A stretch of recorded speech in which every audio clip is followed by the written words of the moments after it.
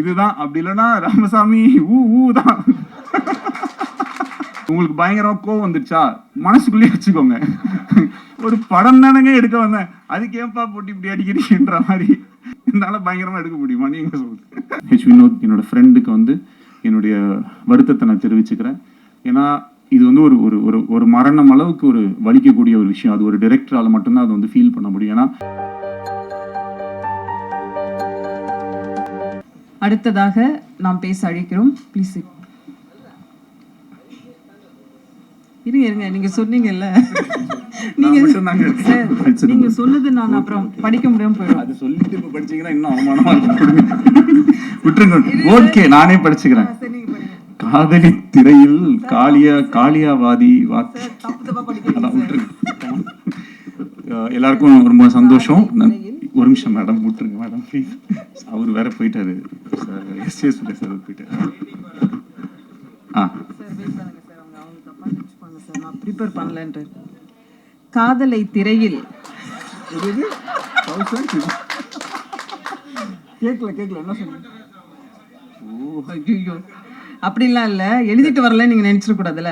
காதலை திரையில் கவிதையாய் வடித்தவர், கலர்ஃபுல் காட்சிகளில் கனவுகளை படைத்தவர், போடா போடியில் துள்ளி குதித்த இளமை, நானும் ரவுடிதான் என்று சொல்லி ஜெயித்த பெருமை, எளிமையான வரிகளால் இதயங்களை தொட்டவர், பாடல் ஆசிரியனாய் பாட்டிலேயே மேஜிக் செய்பவர், இயக்குனராய் இவர் ஒரு ட்ரீம் மேக்கர், வசனங்களில் இவர் ஒரு ட்ரெண்ட் செட்டர், காத்து வாக்குல தனது காதலை சொல்லி நயன்தாராவின் இதயத்தில் இடம் பிடித்தவர், முகத்தில் தெரியும் சில்மிஷ அரட்டை, இவருக்கு உலக் உயிர் குழந்தைகள் இரட்டை, தானா சேர மாட்டார் சேர்ந்தால் விடமாட்டார், தமிழ் சினிமாவில் பலரும் பொறாமை கொள்ளும் சின்ன சிரிப்பில் மக்களை சிறைப்பிடித்தவர், காப்பீடு கம்பெனியின் காரணக்கர்த்தா, 2040 காதலை இன்சூரன்ஸ் பண்ண lovable man, director producer Vignesh Sivan அவர்களை பேச அழைக்கிறோம். Thank you so much. நேற்று ஒரு இன்டர்வியூவில் நான் சொல்லியிருந்தேன், இந்த ஒரு ஸ்டேஜில் ஒரு வடிவேல் ஃபைட்டில் வந்து அவர் எப்படி கப்பை வாங்கிட்டு நியாயமாக இந்த கப்பு எனக்கு தான்டா சொந்தம், நான் எவ்வளோ அடி வாங்கியிருக்கேன் பாடுறான்ற மாதிரி இந்த படம் ரிலீஸ் ஆனதே வந்து எனக்கு ஒரு பிளாக் பஸ்டர். இந்த படம் ரிலீஸ் ஆகிடுச்சு, அதுவே எனக்கு வந்து ஒரு பெரிய பிளாக் பஸ்டர் தான், எனக்கு அது ஒரு ஹிட்டு.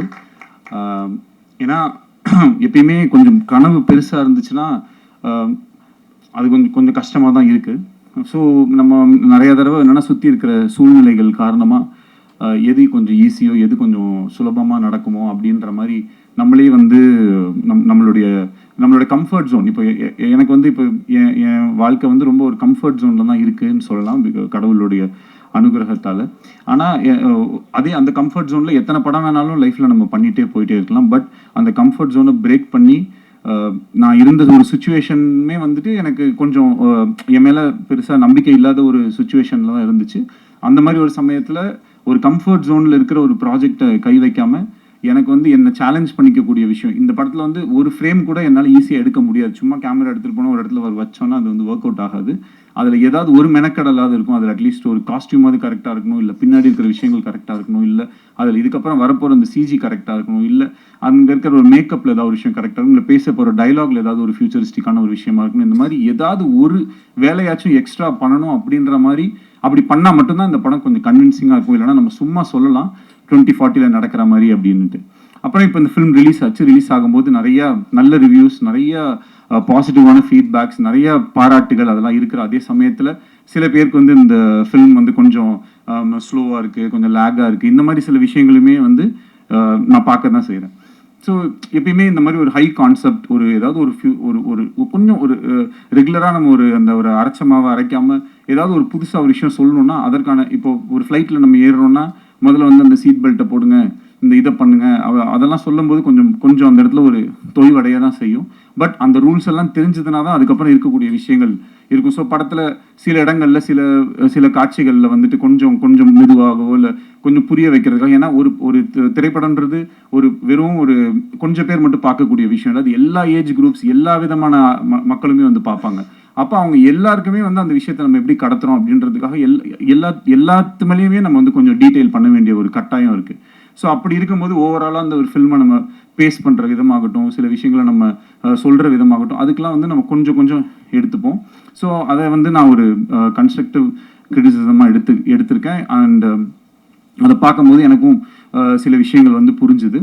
பட் ஹேவிங் செட் இதில் இவ்வளோ விஷயங்கள் இருந்தாலும் தேட்டரில் போய் இந்த படத்தை பார்க்கும்போது நான் நினச்சது வந்து ஒரு காதல் கதை.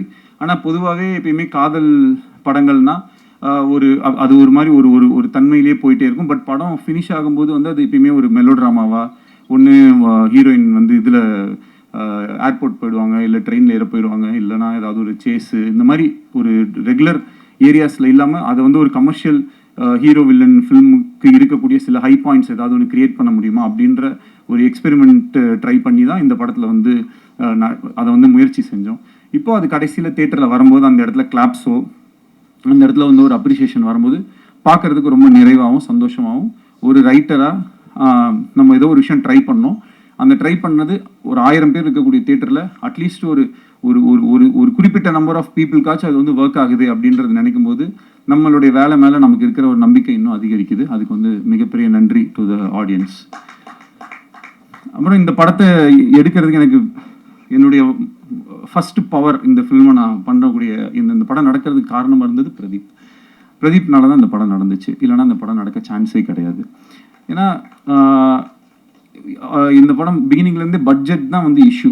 இன்றைக்கி நம்ம சினிமாவில் பார்க்குறோம், எவ்ரிடே ஏதாவது ஒரு படம் ட்ராப் ஆகுது, ஏதாவது ஒரு படத்தில் இயக்குநர்கள் மாறிடுறாங்க. இன்றைக்கி வந்து டைரக்டர்ஸோட சுச்சுவேஷன் வந்து ரொம்ப கவலைக்கிடமாக இருக்குன்னு சொல்லலாம். பேர் சொல்ல இது பண்ணல, ஓகே பேர் சொல்லணுன்னாலும் நான் சொல்லலாம். இப்போ ஒரு அவ்வளோ பெரிய ஒரு படம் வந்து ஆன்லைனில் வந்து லீக் ஆகிருக்கு. இதோடைய மொத்த வழியை, அதாவது எல்லாரோட வழியை விடையும் அந்த இயக்குனரோட வழி தான் அந்த இடத்துல வந்து ரொம்ப அதிகமாக இருக்கும்.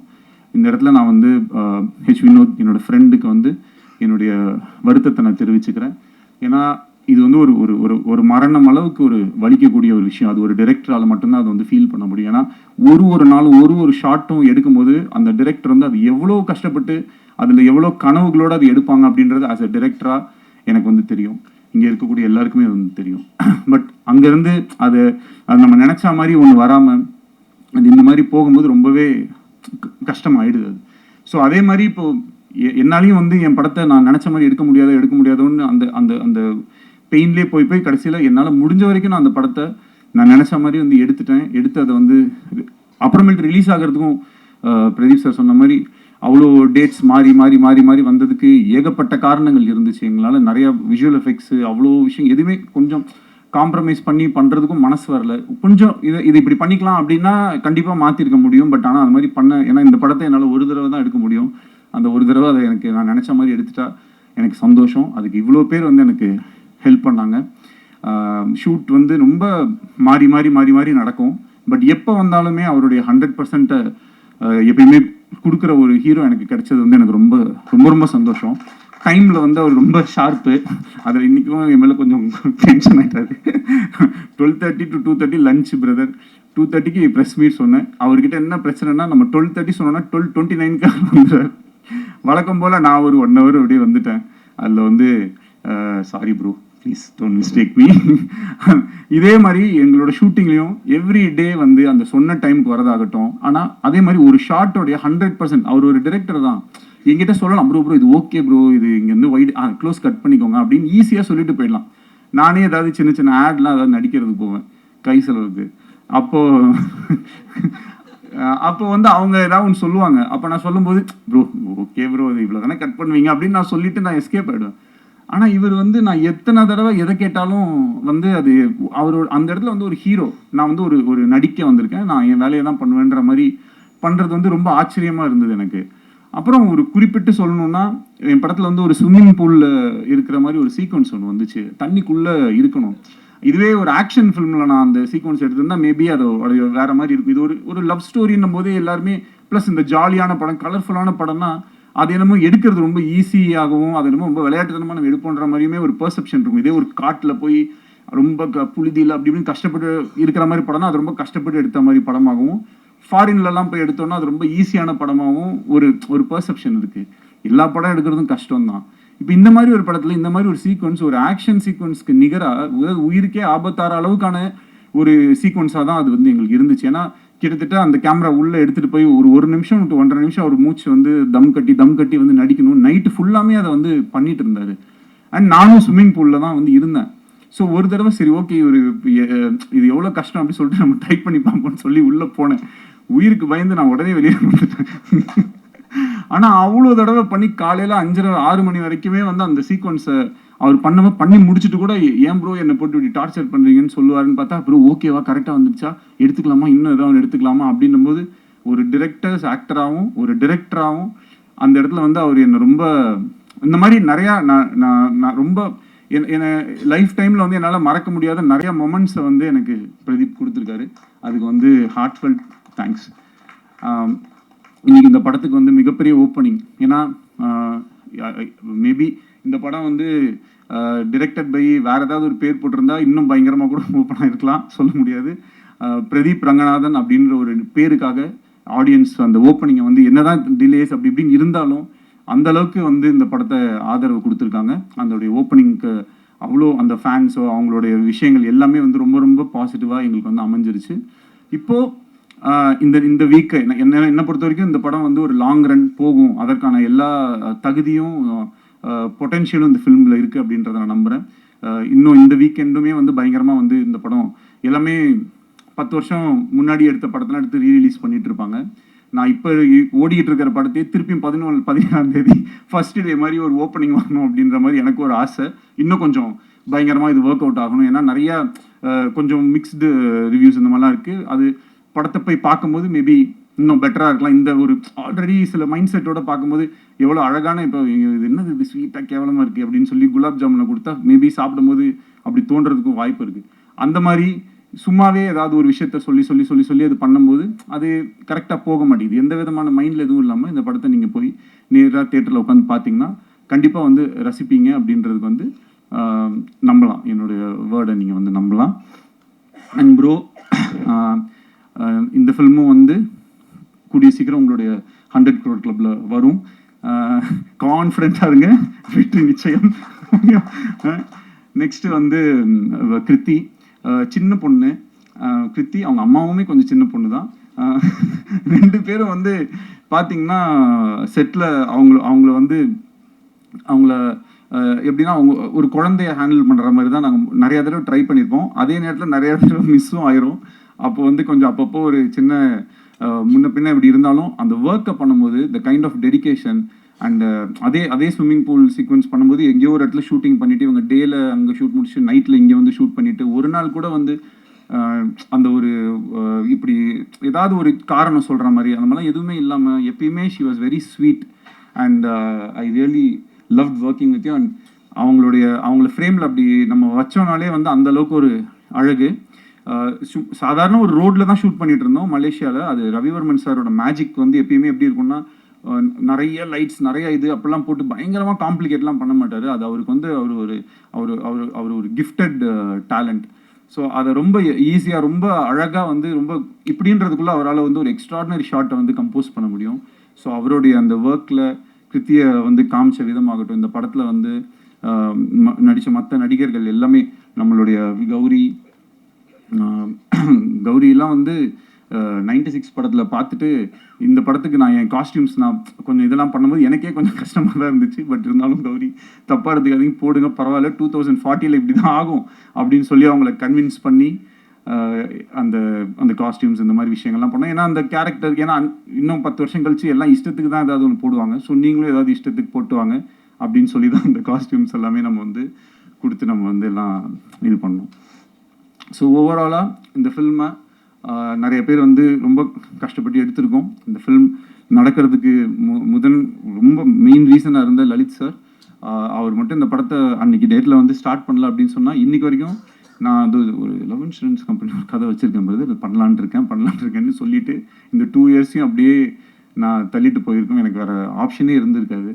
அவர் மனசு வைக்கலைன்னா இந்த படம் நடந்திருக்காது. இன்றைக்கி இந்த படத்தை நல்லபடியாக ரிலீஸ் பண்ணி கொடுத்ததுக்கும் இந்த படத்தை ப்ரொடியூஸ் பண்ணி கொடுத்ததுக்கும் எங்கள் எல்லாருக்கும் பக்கபலமாக இருந்து சப்போர்ட் பண்ணுறதுக்கும் ரொம்ப ரொம்ப தேங்க்யூ லலித் சார்.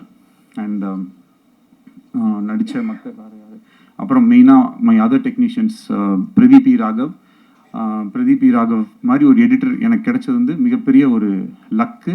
அண்ட் ஒரு நிறைய காம்ப்ளிகேஷன்ஸ் இருந்துச்சு இந்த ஃபிலிமில். எனக்கு சில டவுட்ஸ் இருந்தது, என்னோட கான்ஃபிடன்ஸ் லெவலும் ரொம்ப கம்மியாக இருந்தது. அப்போது நான் வந்து எனக்கு ஏதாவது டவுட் இருந்துச்சுனாலோ, இது ஒர்க் ஆகுதா ஒர்க் ஆகலையா, இந்த ஆர்டர் ஒர்க் ஆகுதா இல்லையா அப்படின்றத வந்து இன்னைக்கு பல்ஸில் இருக்கக்கூடிய பிரதீப் ராகவ் கிட்டேயுமே நான் வந்து நிறைய தடவை வந்து கேட்பேன். ஸோ அப்போ அவங்க வந்து வருவாங்க, எடிட்டில் வருவாங்க, உட்காருவாங்க, பார்ப்போம், அனலைஸ் பண்ணுவோம், ஒரு வேர்ஷன் கட் பண்ணி பார்ப்போம், இப்படி கட் பண்ணி பார்ப்போம். இந்த மாதிரி விஷயங்கள்லாம் ரொம்ப பண்ணுறதுக்கு. அண்ட் அவர் வந்து இந்த ஒரு படத்துக்கே வந்து ஒரு 10 படத்தோட வேலையை செஞ்சுருப்பாரு. அதுக்கு ரொம்ப ரொம்ப நன்றி பிரதீப் ராகவ்.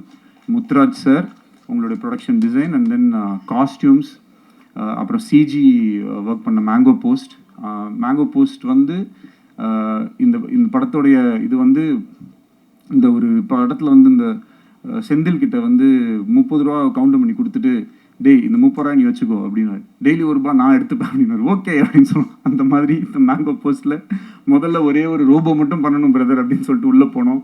அப்புறம் அங்கேருந்து அப்படியே அந்த கையில் ஒன்று வரும், அதுவும் பண்ணி அப்படியே இது பண்ணுங்கன்னு சொன்னோடனே அப்படியே என்னெல்லாம் கேட்டோமோ எல்லாத்தையுமே நான் வந்து பேசின பட்ஜெட்டில் எனக்கு வந்து ரொம்ப ஒரு பாயிண்ட்டுக்கு மேலே அவங்களுமே இந்த ஃபிலிம்குள்ளே ஒரு லவ்வில் வந்துட்டாங்க.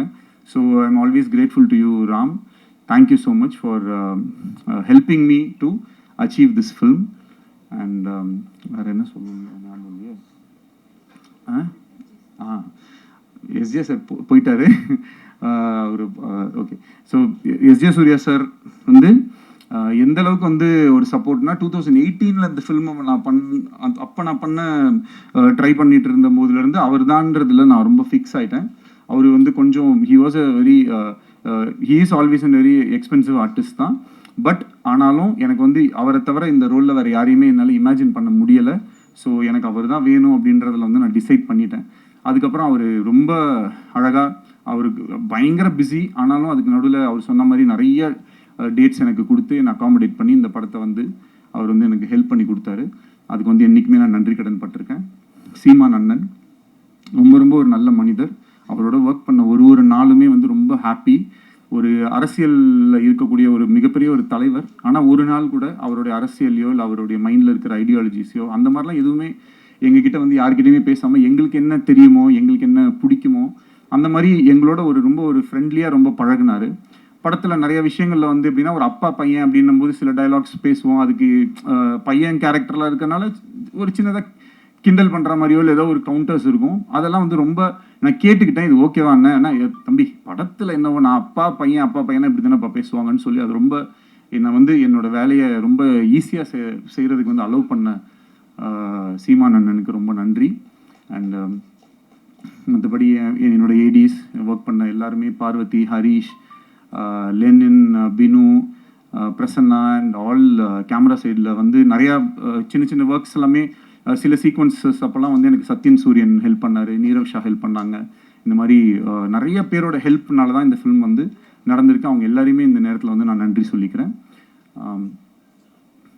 எனக்கு ஸோ தேங்க்யூ. இந்த படத்துக்கு உங்களுடைய ஆதரவு ரொம்ப முக்கியமாக இருக்குது. கொஞ்சம் இன்னொரு தடவை கூட போய் பாருங்கள். அந்த படத்தில் வந்து என்னுடைய மைண்டில் நான் வந்து இந்த மெட்ராஸ் அப்படின்னு நான் பிறந்து வளர்ந்த இந்த ஊரை எப்படிலாம் நான் கற்பனை பண்ணியிருப்பேனோ அதெல்லாம் எடுத்து பார்க்குறதுக்கு இந்த மாதிரி இந்த யூனிவர்ஸ் வந்து எனக்கு ஒரு வாய்ப்பை கொடுத்ததை நான் ரொம்ப சந்தோஷமாக நினைக்கிறேன். அண்ட் என்றைக்குமே அந்த ஹாலிவுட்னு ஒரு சென்ட் தாமஸ் மவுண்டில் ஒரு போர்டு இருக்க மாதிரி ஒரு ஷார்ட் ஒன்று வச்சுருப்பேன். அது வந்து என்னுடைய ஆசை. எப்பயுமே நம்ம இண்டஸ்ட்ரி வந்து அந்த மாதிரி ஒரு இதில் இருக்கணும் அப்படின்றது என்னுடைய ஒரு பர்சனல் இது. அது எல்லாத்தையும் ஒரு டிரெக்டருக்கு இருக்கக்கூடிய ஒரு பெரிய கிஃப்ட். அதுதான் அவங்க நினைக்கிறத அவங்க வந்து எடுத்து அட்லீஸ்ட் ஒரு ஸ்க்ரீன்லேயாவது பார்த்துடலான்றது. ஸோ இது எல்லாத்தையுமே நான் அந்த ஸ்க்ரீனில் பார்க்கும்போது, ஆடியன்ஸும் கிளாப் பண்ணும்போது, மொத்தமாக சேர்த்து எவ்வளோ தான் நம்ம கஷ்டப்பட்டிருந்தாலும் இன்றைக்கி இந்த படம் ரிலீஸ் ஆனதை மக்களோட பார்க்கும்போது எனக்கு கிடைக்கிற சந்தோஷத்துக்கு ஈடு இணை வேறு எதுவுமே இல்லை. அதுக்கு மிகப்பெரிய நன்றியை சொல்லி உங்கள் எல்லாருக்கும் தேங்க்யூன்னு சொல்லி விடைபெறுகிறேன். நன்றி, வணக்கம். Thank you so much. PRO Yuvaraj Srimappa, எங்கள் யுவராஜ் பிரதர் ரொம்ப தேங்க்ஸ். எது இல்லை நம்ம அண்ணன் தானே. So thank you so much. இன்னைக்கு வந்து நீங்கள் இல்லைன்னா இவங்க யாருமே வந்துட மாட்டாங்க. ஸோ அப்புறம் இந்த இன்ஃப்ளூயன்சர்ஸ் இந்த மாதிரி நிறைய பேர் வந்து கொஞ்சம் முன்ன பின்ன அப்படிலாம் போட்டுட்ருக்காங்க. அதுக்கெலாம் வந்து நமக்கு இதுக்கு மேலே வந்து செலவு பண்ணி இருந்த காசு எல்லாத்தையும் படத்துலேயே செலவு பண்ணிட்டேன். ஸோ தயவு செஞ்சு நீங்கள்லாம் சேர்ந்து ஏதாவது ஒன்று ஹெல்ப் பண்ணி அவங்க வந்து என்னன்னா இன்னைக்கு வந்து ஒரு இந்த தம்ப்நெயில் கல்ச்சர் இருக்கு இல்லையா, இப்போ நானும் கொஞ்சம் ஏதாவது தம்ப்நெயில் வேணால் கொடுத்துட்றேன், கதறி அழுத விக்னேஸ்வரன் அந்த மாதிரி ஏதாவது போட்டுக்கோங்க, மேடையை உடைத்தவன் மாதிரி ஏதாவது போடுறதுக்கு எதையாவது ஒன்று போட்டு கொஞ்சம் ஹெல்ப் பண்ணுங்க. ஏன்னா ஒரு இப்போ எதை பார்த்தாலுமே அது என்னன்னா அந்த தம்ப்நெயில்ல வந்து ஐயோ படம் ரொம்ப அப்படின்னு ஆரம்பிச்சிடறான், உள்ள போனோன்னே ரொம்ப கேவலமா இருக்கும்னு நினைச்சேன், ஆனால் ஆக்சுவலாக நல்லா தான் இருக்கு, சூப்பராக இருக்கு அப்படின்னு சொல்லி அப்படிதான் அந்த வீடியோவே ஸ்டார்ட் பண்றாங்க. ஸோ அதனால இது எப்படி இது நம்ம ஹேண்டில் பண்றதுனே தெரியல. உள்ள போனதுக்கப்புறம் அதெல்லாம் நல்லா தான் இருக்கு, ஆனால் இது இருக்கு, ஆனால் எங்கேயோ ஒரு இடத்துல கொஞ்சம் ஸ்லோவா இருக்கு, கொஞ்சம் என்ன சொல்லணும்னு தெரியாம எதையாவது ஒன்று சொல்லி விட்டு போயிடுறாங்க, அதை பார்த்து கொஞ்சம் பேர் இதாயிடுறாங்க. ஸோ அதுக்கு எப்படி டேக்கிள் பண்ணுன்றது நீங்க தான் ஏதாவது ஒன்று பார்த்து கொஞ்சம் பாவம் ஹெல்ப் பண்ணும். ஏன்னா நிறைய செட்டில்மெண்ட்லாம் பேலன்ஸ் இருக்கு. அந்த இந்த ராமசாமி பணம் கிடைச்சிரும்னு ஒரு பல பேர் வெளில இருக்காங்க, அது இந்த வாரம் நல்லா ஓடிடுச்சுன்னா இதுதான், அப்படி இல்லைன்னா ராமசாமி ஊ தான். அதனால தயவு செஞ்சு கொஞ்சம் நீங்களாம் உங்க வீட்டு பிள்ளையா நினைச்சு இது மாதிரிதான் இப்ப நிலைமை வந்து அந்த லெவலுக்கு இதுதான் இருக்கு. அந்த இப்ப என்ன கேட்டுட்டாங்க கட்சிக்காரர், ஒரு படம் தானே எடுக்க வந்த அந்த மாதிரி ஒரு படம் தானே எடுக்க வந்தேன், அதுக்கு ஏன்பா போட்டு இப்படி அடிக்கிறீங்கன்ற மாதிரி சிம்பிளா பண்ணு, காம்பாக்டா பண்ணு, சிம்பிளா பண்ணு, காம்பாக்டா பண்ணா நல்லாவே இருக்க மாட்டேங்குது, அதுக்கும் அடிக்கிறாங்க. இன்னும் அது எப்ப பார்த்தாலும் இதே மாதிரி எடுத்துக்கிட்டே இருக்குங்க. புதுசா ஒண்ணு பயங்கரமா பண்ணா அதுல எது இல்லையோ, நான் கேசரி பண்ணா மட்டும் ஏன் காரமா இல்லைன்னு கேட்குறேன். கேசரி எப்படி காரமா இருக்கும், நான் என்ன பண்ண சிக்கன் குழம்பு ஊத்துனா அதுல ஏன் இனிப்பாவே இல்லைன்னு கேட்டீங்கன்னா இதுக்கு என்ன பண்றதுன்னு நமக்கு வந்து தெரியல. இந்த படத்துக்குள்ள சில நல்ல விஷயங்கள் இருக்கு, அவ்வளவுதான். பிளஸ் பயங்கரமா படம் எடுக்கிறது என்னால பயங்கரமா எடுக்க முடியுமா நீங்க சொல்லுங்க. ஓரளவுக்கு தான் நம்மளால எடுக்க முடியும். அந்த ஓரளவுக்கு எடுத்ததை கொஞ்சம் ஜாலியா வந்து பார்த்துட்டு அழகா அதை ரசிச்சுட்டு, உங்களுக்கு பயங்கரமா கோவம் வந்துருச்சா மனசுக்குள்ளேயே வச்சுக்கோங்க. இல்ல ஏதாவது என் ஃபோன் நம்பரோ இல்லை ஏதோ ஒன்று எங்கேயாவது ஒரு இடத்துல நிச்சயமா என்ன பார்ப்பீங்க, அப்ப சைட்ல வந்து என்ன சொல்லுங்க, ஏன்டா இப்படி பண்ணேன்னு. அதை விட்டுட்டு அதுக்கு ஒரு வீடியோவை போட்டு மொன்னு சொல்லி ஏன் அப்படி பண்ணி. ஸோ அதனால நிறைய மறுபடியும் சொல்லிக்கிறேன், செட்டில் பண்ணணும். ஸோ பார்த்துக்கோங்க. ஸோ கரெக்டாக பார்த்து தயவு செஞ்சு எல்லாருமே கொஞ்சம் ஹெல்ப் பண்ணி இந்த படம் April 17th வந்து திருப்பி நாங்கள் வந்து ஓப்பனிங்கை கிரியேட் பண்ணி இந்த படத்தை பயங்கர ஹிட் ஆக்கி, நான் செல்லக்குட்டி பிரதீப்க்கு அந்த 4th 100 crore சொல்லி போஸ்டரை ஒட்டியே ஆகணும் அப்படின்றதுல உறுதியாக இருக்கும். தேங்க்யூ. இந்த மாதிரி வந்து விக்னேஸ்வரன் சார் எந்த ஸ்டேஜ்லயும் பேசினதே இல்லைன்னு நினைக்கிறேன். அவ்வளோ வந்து இதுக்கு மேல என்ன சொல்றது, செட்டில்மெண்ட் பண்ணணும்னே சொல்லிட்டாரு. இதுக்கு மேல எல்லாமே ஒரு அழகா பேசி முடிச்சிட்டாங்க அந்த டீம்.